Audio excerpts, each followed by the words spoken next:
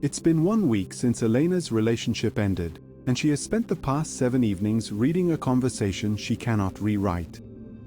The conversation happened last Tuesday. Both of them knew by the second hour that the conversation was the conversation. It ended with the two of them in different rooms of the same apartment and a kind of silence that does not turn back into noise. A week later, Elena is still in the apartment.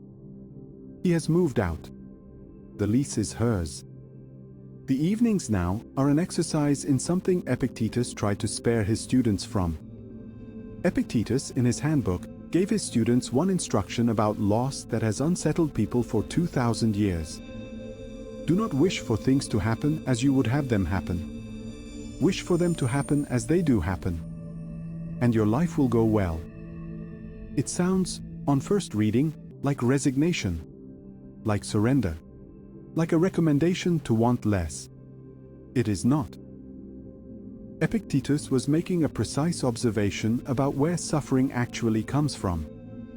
The pain of a thing happening is finite. Sharp, sometimes terrible, but finite. The pain of fighting the fact that it happened after the fact is what extends suffering indefinitely. Most people, when they lose something, do not suffer the loss. They suffer the no. This should not have happened that they keep telling themselves about the loss. Watch what that looks like. The conversation itself, when Elena replays it, takes about 90 minutes. In the replay it does not last 90 minutes. In the replay it loops. She isolates moments. The thing he said at minute 12 about the year being hard. The way she responded at minute 15, too quick, slightly defensive, a sentence she would now rephrase 3 different ways. The pause at minute 32 where, in retrospect, she should have said the harder thing, and didn't. The moment near the end where they both, briefly, looked at each other like they used to. Each moment becomes a fork. If I had said the other thing at minute 15. If I had not been quite so quick. If I had let the pause at 32 open into the harder thing. In each alternate version of the conversation ends differently. She knows, intellectually, that this is fantasy. The conversation ended. The decision was made by 2 people. The grief belongs to her either way. But intellectually does not help at 11 p.m. with 1 glass of wine and a couch that has 1 more worn cushion than it used to. Epictetus's mechanism, when you slow it down, is something specific. The mind, when faced with a finished event it does not want, refuses to mark the event as finished. It keeps the event open. It re-enters the event over and over, looking for the missed exit, the unspoken sentence, the version where the outcome diverges. This is not the same as grieving. Grieving is what you do with a finished event. Reopening is what you do to keep an event from being finished. The cost of reopening is not the rerun itself. The cost is that you cannot grieve what you have not allowed to end. The grief is sitting there, waiting, but it cannot begin its work until you stop returning the event to the table. Every rerun is a small instruction to your nervous system. This is not yet over. And so it isn't. Not because of the relationship, because of the reruns. The conversation, by the calendar, happened a week ago. By Elena's nervous system, it has happened 700 times in the past 7 days. The grief cannot start because the event keeps not finishing. By 11 p.m. tonight, Elena has run the conversation 8 times. She does it less consciously than she used to. The first night, the reruns were deliberate. She was trying to understand. She was constructing a thesis about what had gone wrong. By night 3, the thesis was complete. The reruns kept happening anyway. She has not texted him in 5 days. She does not need to text him. That is not what the reruns are for. The reruns are not about him at all. The reruns are about her own role in a finished event.